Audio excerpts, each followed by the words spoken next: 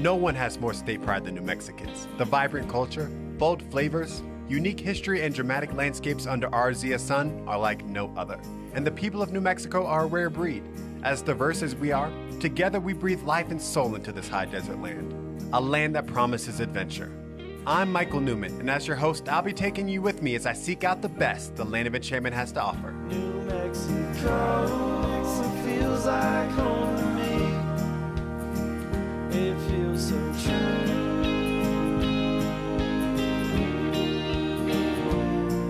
It's time well spent when I spend it with you. Thanks for tuning in for another episode of New Mexico True Television. I'm your host, Michael Newman.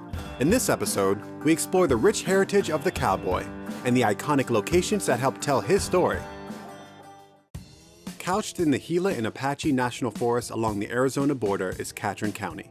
Home of Apache tribes, homesteaders, rustlers, and wranglers, the mountains and valleys of this county hold many a story.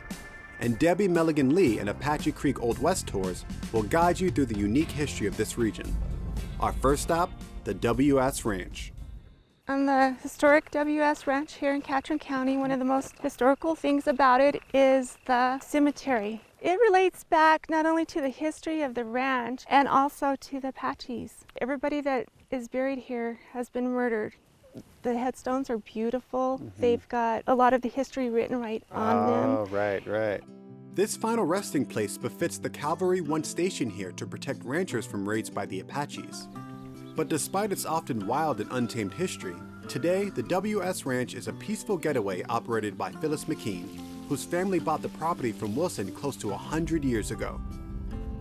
Phyllis welcomes Debbie's tours onto the ranch, and if you plan ahead, you can even reserve a room at the bunkhouse for a longer stay. Okay, Michael, you're in the heart of the W.S. We're here at the headquarters, and here's Phyllis. Hi, Phyllis. She knows all the history. Good morning. Good morning, I'm Michael. Nice to meet you. I'm Phyllis. Thank you. How long has the ranch been here and in operation? It's been here since 1882. That's when Wilson and Stevens first came out here. And how big was the ranch in its entirety? It was huge. I think at one time they said they ran 12,000 head or more. They had a lot of cowboys, and Butch Cassidy showed up one time, yeah, like a hideout to stay low. And they were having rustling problems here, so he actually kind of put a stop to that. That's what they say, that the wrestling stopped whenever he showed up. So I guess he was a trail boss. Okay. When they take the cattle to Magdalena, to the trailhead there. What does it feel like to have that kind of history where you live and you still have cattle to this day, right? Yeah. It's just kind of unreal in the sense, you know, that you're thinking that all this happened here. I feel pretty fortunate that I get to live here. My grandfather bought the ranch from Wilson in the early 1900s, so he was here for a long time, and then my dad had it, and then me, so it's been in the family. The history of the ranchers and the outlaws, but the Apache, you get it all in one package here. It's like all of New Mexican history converging into one place. You're exactly right. After we wrap up our conversation with Phyllis, I settle into the bunkhouse where relics from Phyllis's family and life on the ranch create a Western flair, and comfort reigns supreme. But the Old West isn't limited to the interior aesthetic. Step up on the deck and gaze across the fields where a muster of peacocks roams about and cattle graze as the sun dips in the sky. You may just find yourself in another era. The next day, Debbie picks me up and takes me into the neighboring town of Reserve, to the area's most popular watering hole, Uncle Bill's Bar. All right, what do we got here at the Uncle Bill's Bar? Uncle Bill's Bar. There's been many bar fights in here. A lot of rodeo cowboys, real cowboys, bikers. All right, let me roll up my sleeves then. All right. Come on in. Luckily for me, the tone today is fairly mellow, and despite its rough and rowdy legends, the locals turn out to be super friendly. I hope, there's no fights or anything if I beat you in pool. Oh, no. This is the meeting place. Okay. This is the meeting place. Yes. Everybody who comes in reserve, you gotta stop here. You gotta stop here. After I scratch and lose my first game of pool, I make my way to the bar and meet some of the other locals. So Jackie, how long have you been coming to the bar? Forever, ever since I was a little girl, actually. The mom and dad were here with friends, and we'd come over and play pool. We were here all the time. And what about you, Wade? How long have you been coming here? First time I came in here was my 21st birthday, and Tuffy was tending the bar then. Later on, he got in a tussle with one of my friends, and they threw us all out, 86'd us. And later on, I came in and I threw my hat in. And Tuffy said, get in there and get that damn hat and have a drink. That sounds The like 86 Tuffy. didn't last long. The bar has been run by a colorful cast of characters, all in the same family over several generations. So Zoan, I hear this bar has been in your family for a while now, right? 4 generations since the early 1800s. And how did they get it? Well, there's 2 different stories. One is that my grandfather won it in a poker game. And then the other story is that he bought it as a pool hall and turned it into a beer joint and sold moonshine underneath the bar. So how did your family come to be in this part of New Mexico? From what I understand, they left in the middle of the night from Alabama. And they came with my great-grandfather from the other side of my family, who was a Texas Ranger, and they settled here in the late 1800s. They brought 200 head of mares here, and they raised horses and sold 1,500 head of geldings at a time to the British Army. And Uncle Bill's mother and father opened a mercantile. The feel of the Old West is ever present, and there's no shortage of folks who are happy to share their stories with you. Debbie will customize tours for you, many of them inspired by books written about Catron County. If you want to do any reading before you go, check out Captain William French's book, Recollections of a Western Ranchman, or Cow Dust and Saddle Leather by Ben Kemp. You're not a cowboy without a real hat. We'll show you where to get one. Stay tuned.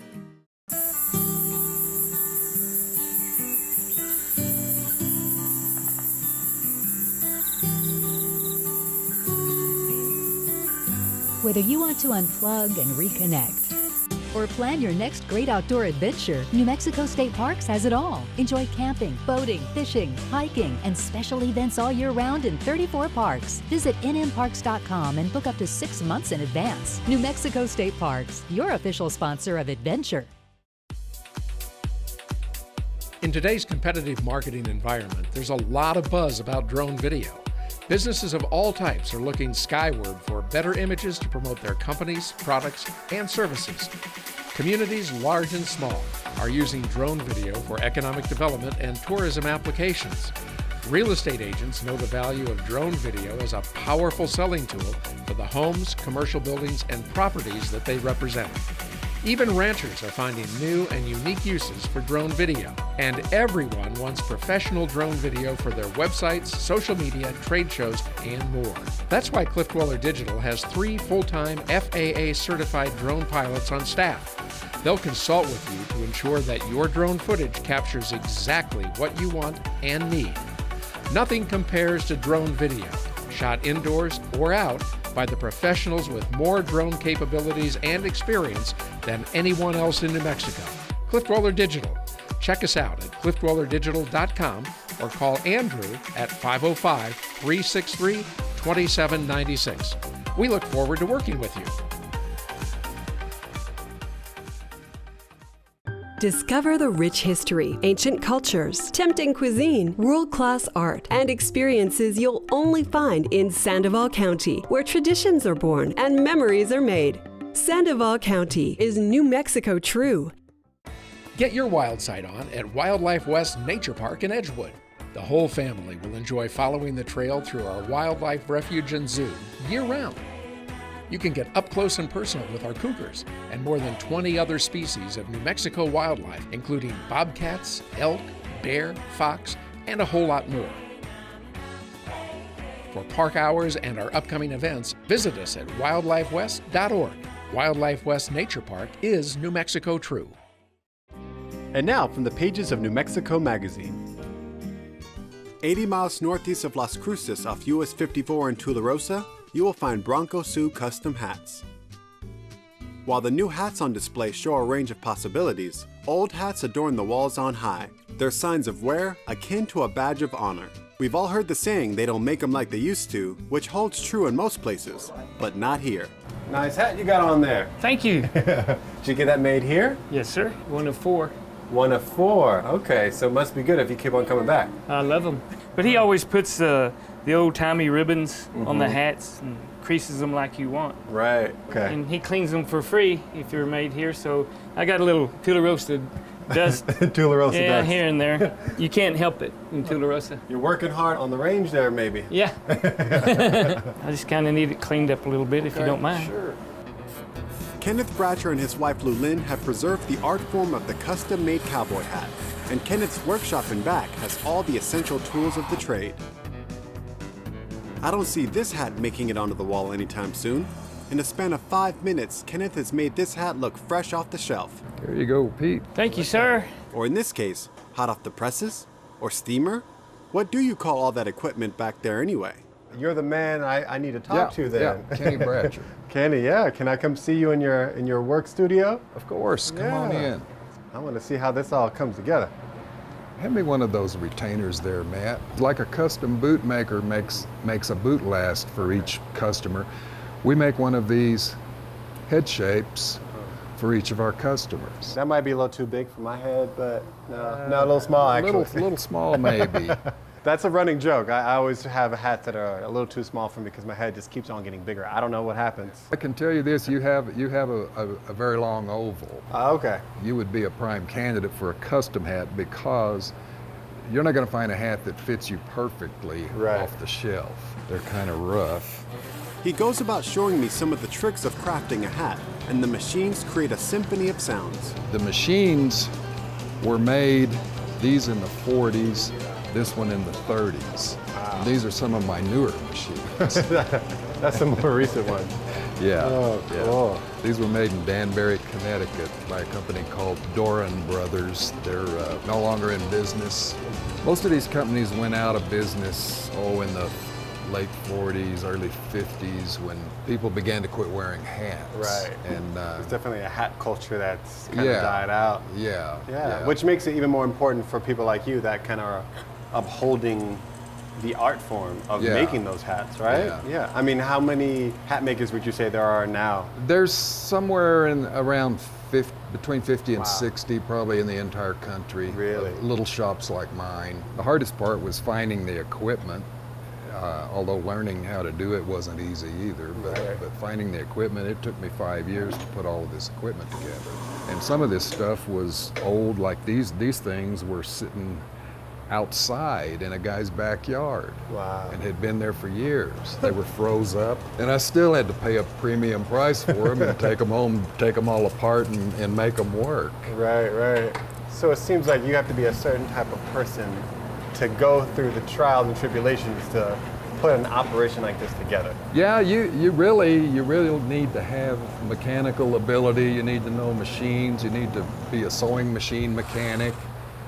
You need to be a hat salesman, a hat maker, janitor. Literally wear many hats. Literally. That's funny. Yeah. Once you have a hat for shade, you're ready to head to the nearby Three Rivers Petroglyphs. But before you go, grab a meal or snack at Laredo Restaurant and Bakery. For more great stories like this from New Mexico Magazine, visit newmexico.org. Coming up, the little town floods and fires can't keep down. Discover the rich history, ancient cultures, tempting cuisine, world-class art, and experiences you'll only find in Sandoval County, where traditions are born and memories are made. Sandoval County is New Mexico true. Approximately 6 million visitors come to Albuquerque each year, all year long. They represent millions of dollars to our economy, so we need to welcome them and treat them right. You may think that hospitality training is just for people in the hospitality industry, like restaurants and hotels, right? Well, hospitals, pharmacies, gas stations, fast food restaurants, and many others also qualify.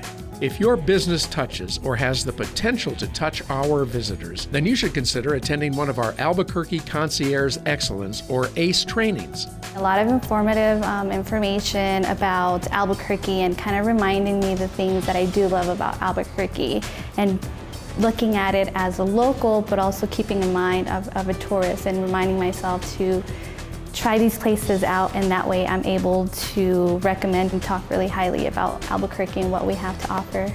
If you're looking for a way for you and your staff to enhance your customer service experience, Visit Albuquerque would like to invite you to join us at one of our monthly ACE classes. The 3-hour course explores things to do and see in the Albuquerque area, as well as the do's and don'ts of customer service. ACE is helpful for all positions, and it's worth the $25 per student investment. To learn how you can make each guest experience better, call 505-222-4338 or email partnerevents@visitabq.org.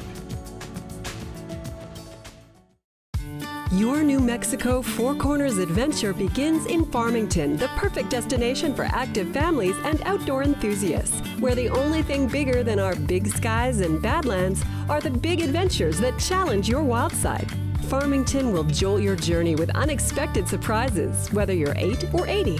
Farmington, where active families and outdoor enthusiasts thrive. Farmington is New Mexico true. Begin your journey at farmingtonnm.org.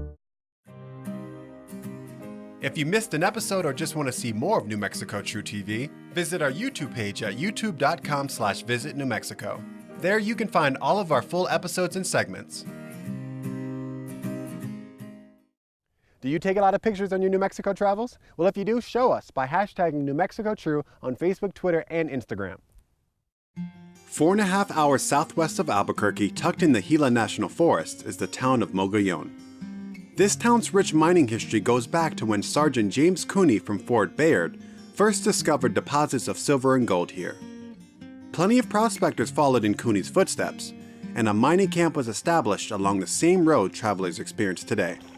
But this flood of hungry prospectors would not be the only flood experienced here in Silver Creek Canyon. Devastated by several fires and floods over the years, the town's existence is a testament to the hardy nature of its inhabitants.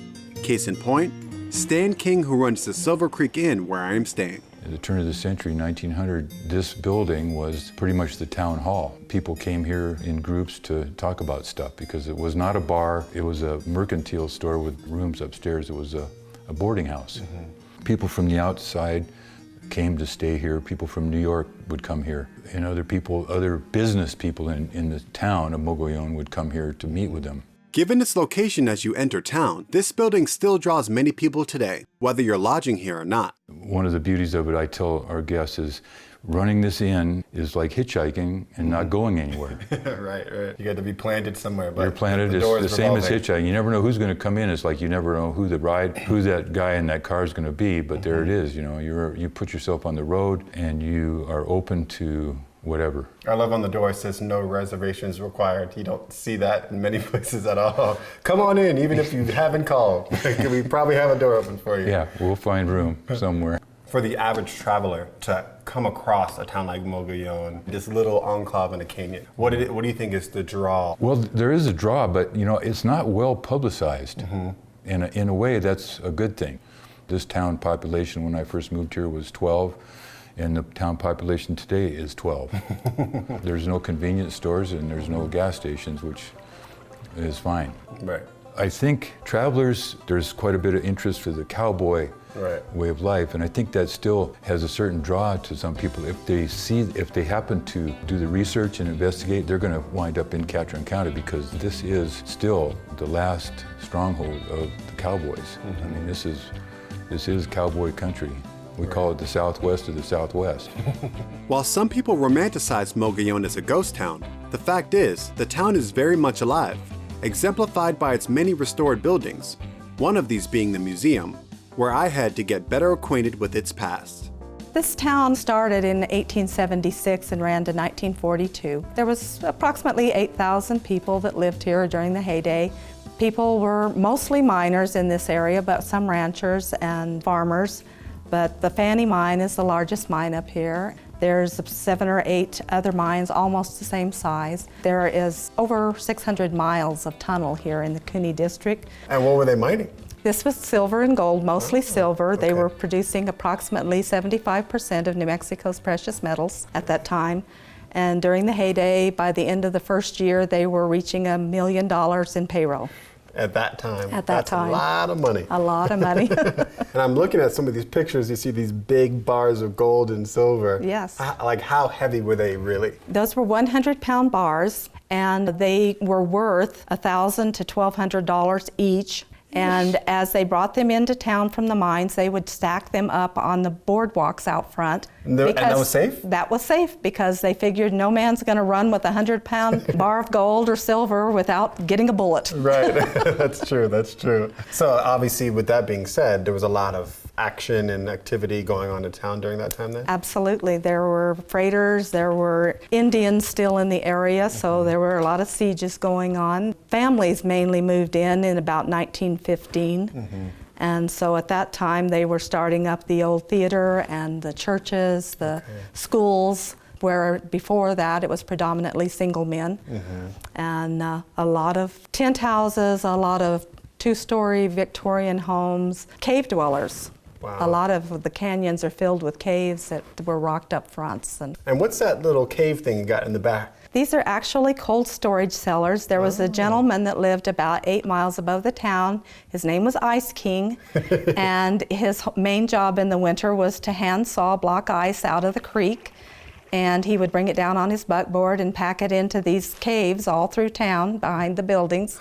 And that would be their summer storage for their food. That would last? Most of the summer. Wow. Yeah. Who needs a refrigerator? Exactly. We need to bring that back. That's so cool. Yep. And it's still, when you walk back there, it's still cool. It's still cool. Man. And we don't need air conditioning in the building. Old technology. Is always better. Examples of some of this technology and countless other relics from Mogollon's history are housed in the museum, and Katie has a story to go along with just about every one of them. But now that I'm equipped with an in-depth knowledge of the people who lived here before, I feel free to roam the town and explore the businesses that have set up shop and are operating today. The Old Kelly store, doubling as a visitor center, houses incredible art pieces, jewelry and body products, clothes, and a mineral room in the back that will blow your mind. And conveniently enough, it's right across the street from the Purple Onion, famous for its green chili cheeseburger. And one of the best things about Mogollon is it sits in the heart of the Gila, so make sure you take the time to explore the surrounding forest and take a hike up to the old Mogollon Cemetery. Up next, Weed, New Mexico. Don't let the name fool you. Feel the beat of traditional native dances. Explore the Pueblo story through immersive museum exhibits. Taste Pueblo-inspired new Native American cuisine. Located in the heart of Albuquerque, the Indian Pueblo Cultural Center is your gateway to the 19 pueblos of New Mexico. Bring the whole family for a day of discovery. Plan your adventure at IndianPueblo.org. Santa Rosa. Come, visit, and discover a magical place where you can step back in time. Relive the glory years of Route 66. Experience our inspiring, photo-perfect natural beauty. And explore one of Billy the Kid's favorite hideaways. Santa Rosa is New Mexico true. Find your next life-changing adventure in Gallup. Real, true adventures. For art lovers, culture seekers, and outdoor adventures. Gallup is real, true. Plan your next life-changing adventure at GallupRealTrue.com. Your New Mexico Four Corners adventure begins in Farmington, the perfect destination for active families and outdoor enthusiasts, where the only thing bigger than our big skies and badlands are the big adventures that challenge your wild side. Farmington will jolt your journey with unexpected surprises, whether you're 8 or 80. Farmington, where active families and outdoor enthusiasts thrive. Farmington is New Mexico true. Begin your journey at farmingtonnm.org. Do you need a reason to hit the road? Find out about upcoming events around the state at newmexico.org. 4 hours southeast of Albuquerque off New Mexico 130 and Road 171 is the town of Weed. Tucked deep in the Sacramento Mountains, you may see more cattle than people in this tiny town of 20. But the one place you're sure to meet the locals is at the Weed Cafe. And as legend has it, this cozy cafe was the birthplace to one of the most famous old cowboy songs ever written, Little Joe the Wrangler, penned on an old flour sack in the late 1800s. So you're coming down the hills here, down this road with these beautiful mountains surrounding you, and then you end up here at the Weed Cafe. So I'm wondering how long this place has been here, because it seems like it's a hub for the community. As far as I know, it goes back into the 1880s. Wow. You do definitely have to be coming here to get here. People seem to like it here just because it is back in a cubbyhole away from everything. And for you, being a cowboy poet, how do you think your poems kind of speak to the life of what people live like in this canyon? The main reason I began writing was I felt like our culture needed to be preserved and it was being lost. We've got a long and storied history, and Weed particularly, for the southern New Mexico, it to me is a hub for that. Our cattlemen's meetings are held here. Right. It's one of the few places, there's still family dances, the kids fall asleep under the benches. And you know, those kind of great times that are just not often found. It's such an important narrative to tell. Talking with my grandmother, I once asked her the question, tell me about the good old days, and she just told me, son, they weren't the good old days. Yes. If they didn't farm, they didn't eat. Wow. That wasn't an easy life. No. But we do have a genuine love for the country and for the culture that we've inherited. And to me, there's nothing better than a ranch life. It's hard work and long hours, and it supplies food. Right. Everybody's a stakeholder. We don't want to lose that. I was going to ask you if you had any poetry that you could read or recite that can kind of speak to that. So this poem is called The Cow Country Code. I listened carefully, listened to directions, all based on recollections of cattle last seen, water and grass green.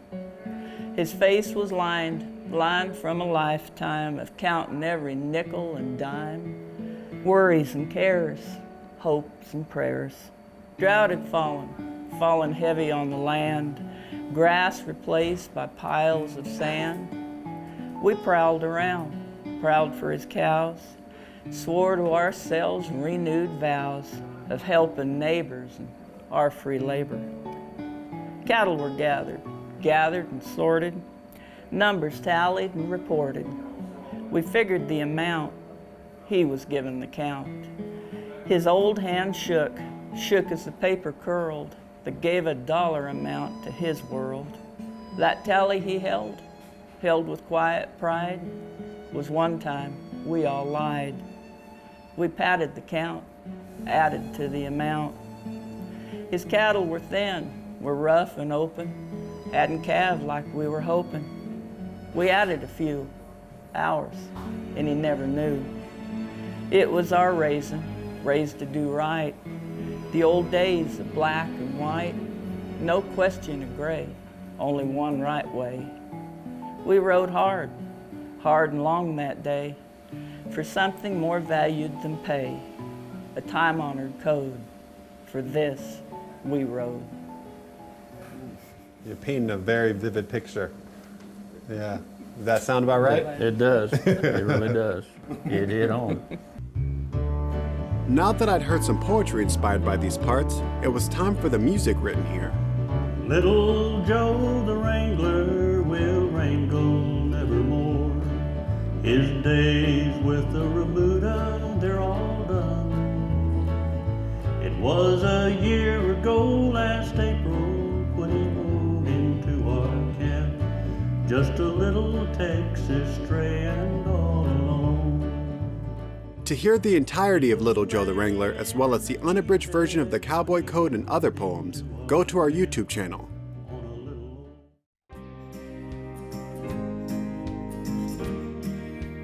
We're glad you could come along with us on this celebration of the Cow Country Code, to places as poetic as the iconic imagery of the cowboy himself.